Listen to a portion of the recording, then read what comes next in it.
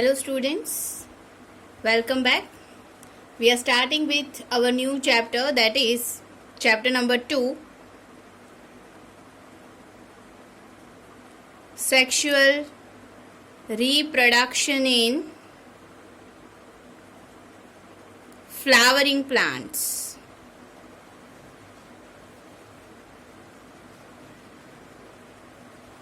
Here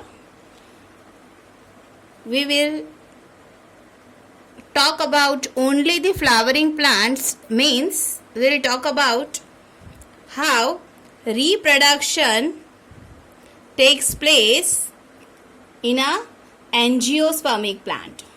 Okay, because in angiospermic, flowers are sexual organ. There are so many varieties of flowers. Okay, different color, different size, different shape of the petal. There are so many different kinds of flower produced by the angiospermic plant, and it is a main sexual organ of angiospermic plant. In angiosperm, when flower formation takes place, we will call it the reproductive phase of that plant. Okay, the reproductive phase of that plant start from the flower rising. After that, after flower formation, fruit formation takes place. Fruit is outproduct of reproduction, and mainly after fruit formation, inside the fruit there is a seed formation, and inside this seed only the embryo formation takes place, and from seed germination only embryo develops into new plant, new saplings. So this is the whole process. So first of all, we have to consider in mind that flower is a main reproductive sexual organ of the plant. What is this flower? Flower is nothing but it is a modification of stem. Okay, flower is nothing but it is a modification of stem. How we call it modification of stem? We know that suppose it is a stem. Okay, it is a tip of stem, and stem contains some nodes and internodes in that. Okay, so sometimes when the flower formation takes place, these nodes and internodes bear some leaves, and leaves modified into a flower organ such as sepal. Here sepal formation takes place. From this node petal formation takes place. From this node androecium stamen formation, and from this carpel. If we fuse this thing, flat this thing, then the whole flower will form. So it is nothing but the modification of stem, and from the nodes different kind of flower structures are arising, like sepal, petal, stamen and carpel. Okay, so flower is nothing but it is a modification of stem, that we have understand. So today we have to learn a flower is a fascinating organ of angiospermic plant. Okay, now we know that from the time immemorial from the very ancient time, we have a very deep relationship with the flower. Flower is a way of our expression. Okay. For example, it has a religious value. It is help. It has a cultural value also. Okay. So it have a very intimate relationship with our culture, our religious, our society. If we convey the message of love, affection, okay, so the flower is needed. So flower has a very intimate relationship with us. Now the time is, scientifically flower is very important, and we have to, first of all, we have to learn the structure of flower, and which is very simple. The base of the flower. The base of the flower is known as thalamus.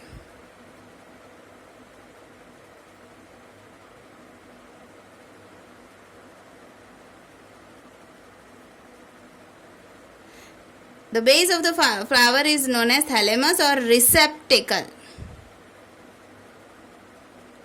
Another thing, that from this thalamus, different part of a flower occurs, and the first unit of it is known as sepal. Okay. Then the second one is petal. Very important part of a flower, that is petal.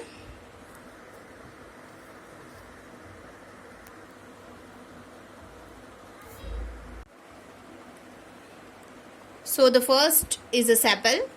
Second unit, okay, it is made up of petal. Third unit is made up of stamen. These are the stamen. And the last one, innermost, is known as carpel or pistil. Okay.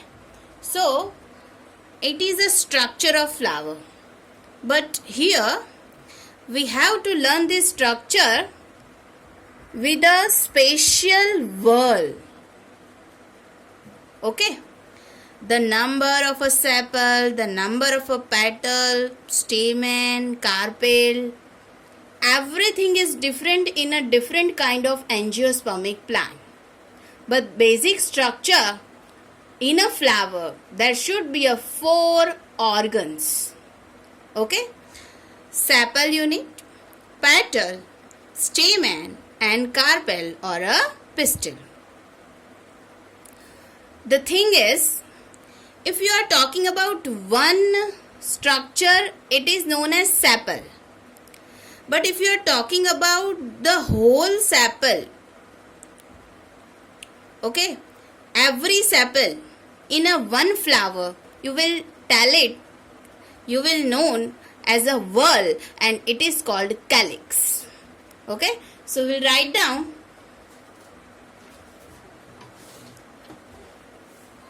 calyx, whorls.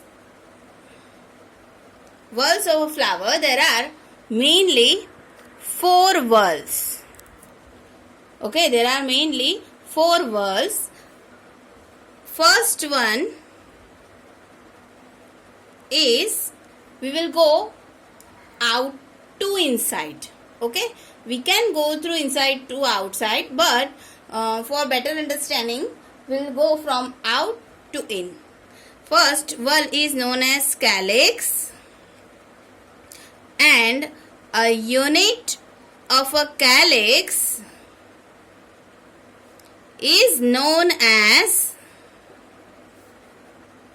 sepal.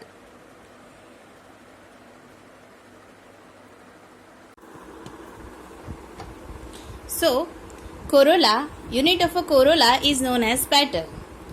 We know what is petal in a flower, okay? This is a petal of different shapes, different size. Now, the third thing is androecium.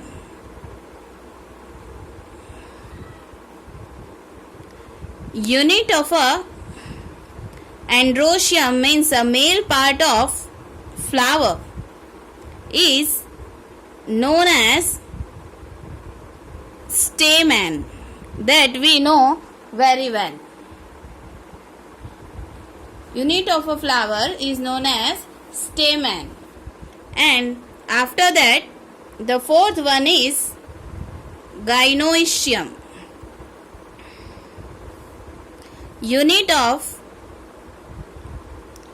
a gynoecium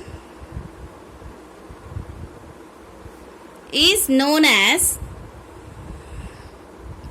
carpel or pistil. We will see all the unit in detail: sepal, petal, stamen and carpel and pistil. Okay. Now, so from this four wall, we have to understand it very well that from this four wall, first two wall, that is calyx and corolla, they are not directly take parts in a reproduction process, so it is known as accessory whorls, while androecium and gynoecium, these two whorls are directly involved in a reproduction process, because androecium is a male part and a gynoecium is a female part. So it is known as accessory whorl. Okay, so we'll discuss it about androecium. Means we'll discuss about stamen, very important portion, male portion of a reproductive part. Stamen contain main different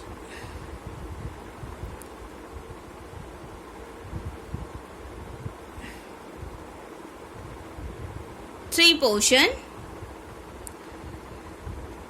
The long slender stalk-like structure is known as filament. The terminal portion of a stamen is generally bilobed in nature, made up of two lobes. We will see here it is made up of two lobes and it is called anther, and it is a fertile portion of an androecium. Okay, bilobe structure. And the third thing, the connection between two lobes is known as connective. Generally, the connection between filament and anther is also known as connective, but the connection between two lobes of anther is known as connective. If we take a TS of this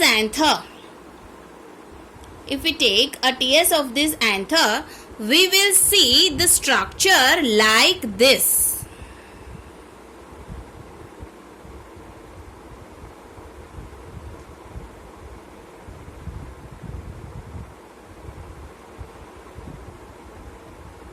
And here the middle one, there is a connective. This is one lobe. This is another lobe.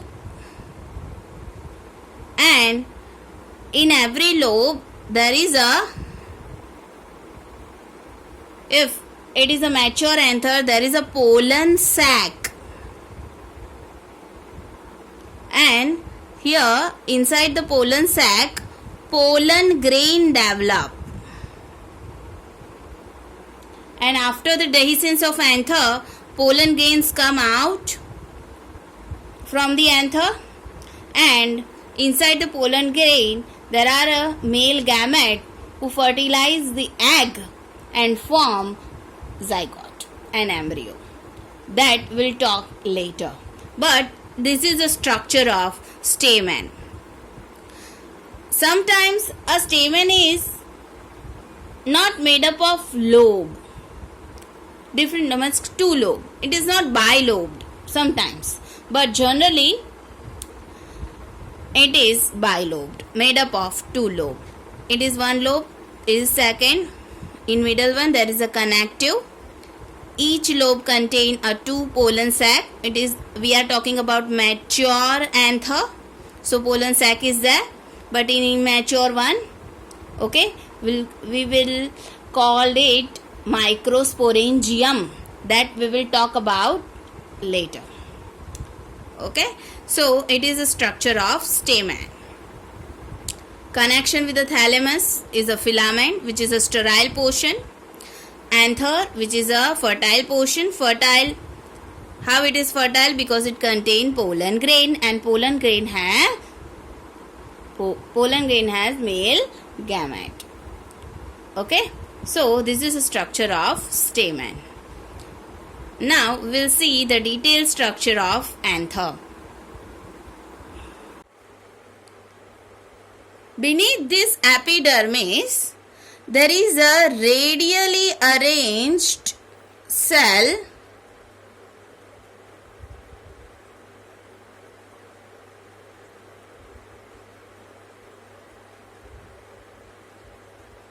It is also of a single layer, made up of single layer. The cells are compactly and radially arranged. You can see in a diagram. Compactly and radially arranged. And this layer is known as endothecium. Okay, the second layer is also a single layer and it is known as endothecium. It is also single layer, radially arranged, and one more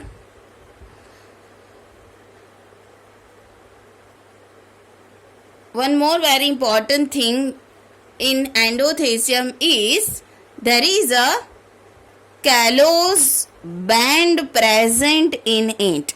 We are not able to draw it here, okay, but the callose, we have seen a callose in a biomolecule. A callose band is present which help for the dehiscence of, for the rupturing of anther after maturation. Okay, so it is very important one. Callose band is present. Third one, okay, the third layer made up of 2 to 3 layers. Very important.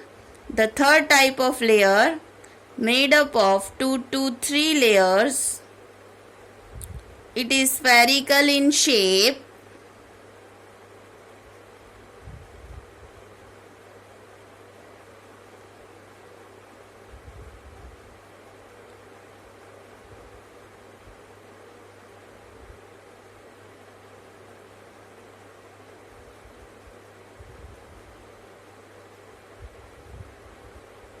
Okay, and it is known as middle layer.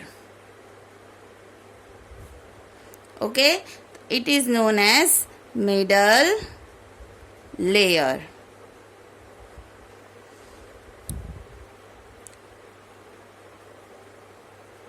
Middle layer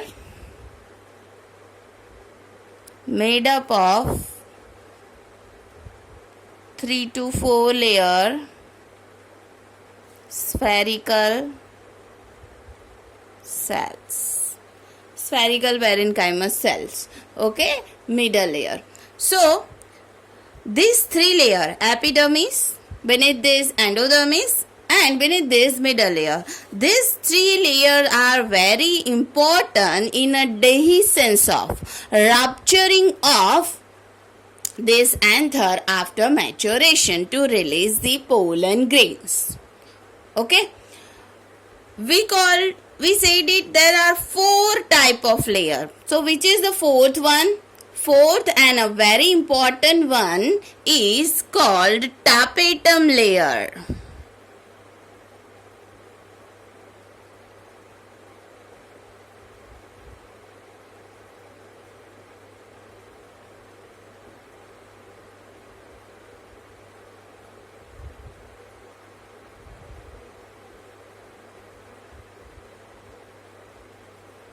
Okay, this conical shaped, pyramid shaped structure. Okay, pyramid shaped structure that you are seeing is a tapetum layer. Okay, so there are tapetum layer. So there are 4 type of layer present in the anther wall. First, single layer epidermis made up of flat cell. Second, endothecium. Third, middle layer made up of 3 to 4 layer of parenchyma spherical cell, and the last one is a pyramid shaped cell, that is tapetum layer. Tapetum is very important, so we will continue with the tapetum layer. So this is a 4th layer and very important layer, that is tapetum. Tapetum is made up of single layer with a dense cytoplasm and multinucleated condition. What do you mean by multinucleated? When mitotic division occur, only karyokinesis takes place. Cytokinesis doesn't take place. So in a cell, more than one nuclei can be seen. So it is called multinucleated condition. So in several times, tapetum multinucleated condition can be seen. The most important thing in a tapetum layer is their function. The function of a tapetum layer, first layer is nutritive layer for microspores. For the growth of the microspores, nutritions are required, and who supplies this nutrition? That is tapetum. Okay. Another thing is secretion of enzyme, callase. Okay. We know the substance callose, which was there in the second layer, that is endothecium. So this callose is also present in a pollen grain. Means when a pollen grain formation takes place, pollen grains are of in a bunch of 4. They are attached with each other by the callose. And when a time takes place, when the releasing of pollen grain takes place, each pollen grain should be free. And for this, callose has to be break down. Okay. For this, the secretion of the enzyme callase means responsible for the breakdown of callose. Okay, which is secreted by this layer, that is tapetum. We will talk about it when the 4 pollen grains attach with each other by the callose. Okay, now The third secretion is secretion of Ubist body. One proteinous body called Ubist body, and Ubist body is coated by most resistant substance of the entire world, and that is sporopollenin. And this sporopollenin made the axin of pollen grain. Very important one. The external layer of the pollen grain is made up of sporopollenin, and which is the most resistant substance in the world. No enzymes are there, no acids are there, no base are there which can reduce the sporopollenin. Okay, there is no effect on sporopollenin of any enzyme, any acid, any bases, alkaline solution. So this sporopollenin is also secreted by a Ubist body, and Ubist body is formed in a layer called tapetum. And the last one, formation of pollen kit. Yellow color substance.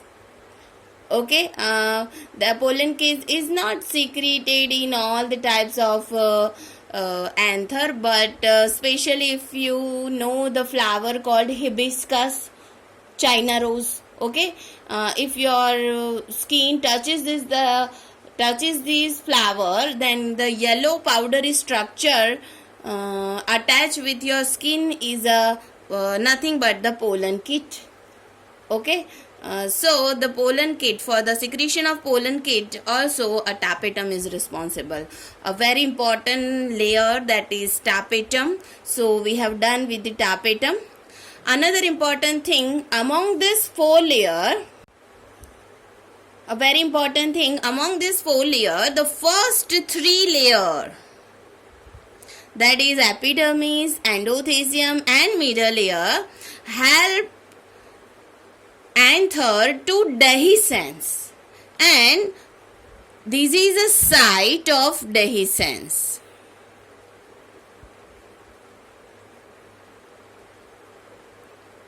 Rupture, dehiscence means rupturing of anther, and due to this the pollen grain formation takes place inside this anther. Pollen grain releases out from this. So for the dehiscence of this anther, these three layers are helpful. How is it so? Epidermis, endothecium and middle layer. These three layers, and especially the endothecium layer, it is fibrous in nature. It becomes more and more fibrous with the time. Okay, but in this area also only. From this side, these two sides, they do not become fibrous. So this region, the four layers are very delicate. So the breakdown, the rupturing occurs from these two sides only. Okay, because these are the fibrous, they are hard, they are not easy to rupture. So the delicate layer, they rupture, and this is a site of dehiscence. Thus the epidermis, endothecium and middle layer, these three layers are very important for the rupturing of, for the dehiscence of this anther. Another most important thing is that what is inside the tapetum layer. So inside the tapetum layer, there is a several layers of special type of cell. There is archisporial cell, which is known as archisporial cell, and this archisporial cell help to produce pollen grain, means spores. Spores means here microspores, and when a microspores mature, it is called pollen grain. Okay, so archisporial cells are responsible which is present in the innermost side of the anther. Okay, and this round body in each corner is known as microsporangium or microsporangia. Okay, whatever you want to call. So this is a structure or TS of anther. Very important short note in board point of view. Okay, very important, you should learn with its layer and with a neat and clean diagram. Okay,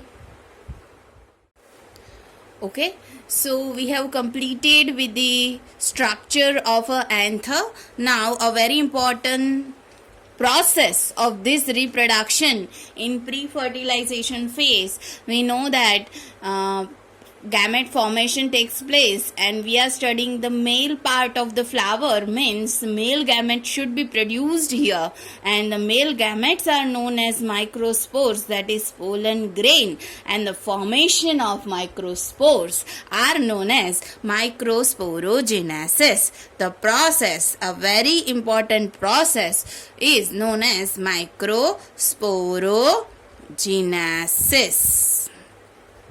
What is this microsporogenesis? It is a formation of microspores. Okay, microspores means pollen grain. Okay, formation of microspore, that is microsporogenesis. Now let's start with the process. We know that in a anther, a special microsporangium is present. This round structure is known as microsporangium, and 4 microsporangium is present here. And inside the tapetum layer there is a archisporial cell, which are also known as sporogenous cell, which gives rise to microspores. So they are known as sporogenous cell. Okay, so when the young anther is that, the structure is like that. All the microsporangia contain this type of compactly arranged sporogenous cell. But after some time, when it grows, the sporangium become bigger in size. So we'll draw it step by step. Now for better understanding and for our convenience, I am just showing the microsporangia only. In the first stage, when very young anther, after the tapetum layer,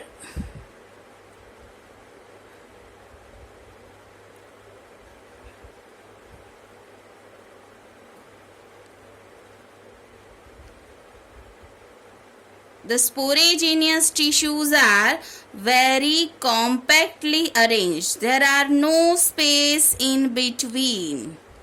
Okay, and you can see here very well, sporagenous tissues are compactly arranged.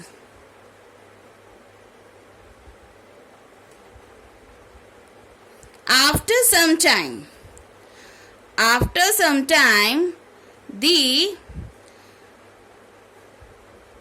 microsporangia, this is called microsporangia, become little wider, and the space between the cells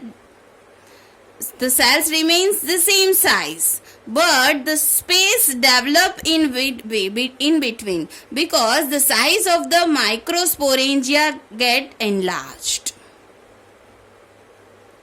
Okay, and now this all the microsporangious tissue or a cell, all the cells are capable of producing a new pollen grain. But some of the sporangious cells degenerate. Only the some from the several thousand, some cells become some cells become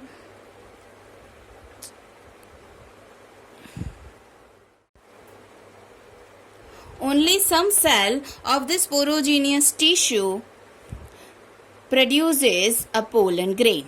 Okay, now we will draw this cell separately, and each cell is known as pollen mother cell or microspore mother cell. Okay, microspore mother cell. Now what happened with this microspore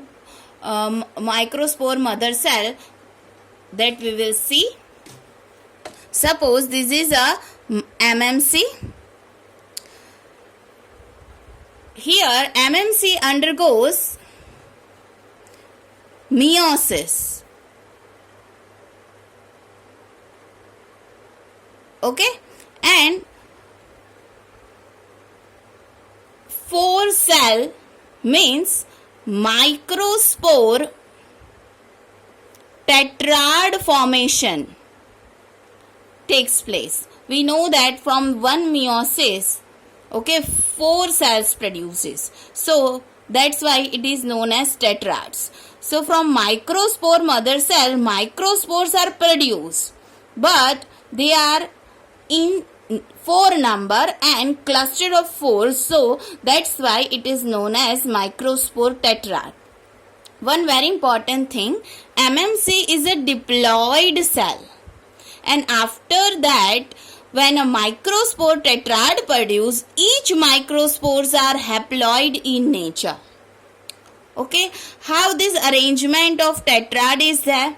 So there are certain ways. Sometimes 1, 2, 3 microspores, one is behind this, and it is known as tetrahedral. The most common angiospermic tetrad, microspore tetrad, is of this type. 3 at the front side and 1 is from the back side. Another situation is like that. It is called isobilateral. This tetrad is known as isobilateral when 4 microspores are arranged in this manner. Sometimes in a linear manner, 1, 2, 3, 4. So it is called linear. And sometimes the situation is like that. Okay, it is called F-shaped tetrad or decussate tetrad. Okay, so the most common one is tetrahedral. Microspore tetrad are seen, and these are known as microspores. They are attached with each other by the callose structure, callose substance, and each are haploid in nature. After some time, okay, so this is called the first structure, compactly arranged sporogenous tissue, then loosely arranged sporogenous tissue. Each is known as MMC. Now, after that, each microsporangium contains some different kind of microspore tetrad. And after that, all the pollen grains remain free and it comes out from the anther. It comes out from the anther. So the development of anther and some changes takes place in a microsporangium is like that. Okay, so it is a process of microspore formation. Now we will see the only one microspore structure. First of all, when these 4 microspores separate from each other, okay, they cover with the sporopollenin. which become axene of the microspore. Okay, and some lignified tissue and a cellulosic tissue intine also occur. So formation of axene and formation of intine takes place by after the separation of microspore tetrad. Now we will continue with the spatial structure, detailed structure of each microspores, means pollen grain. Okay, and now we will call the microsporangium as a pollen sac because pollen grains are developed in it.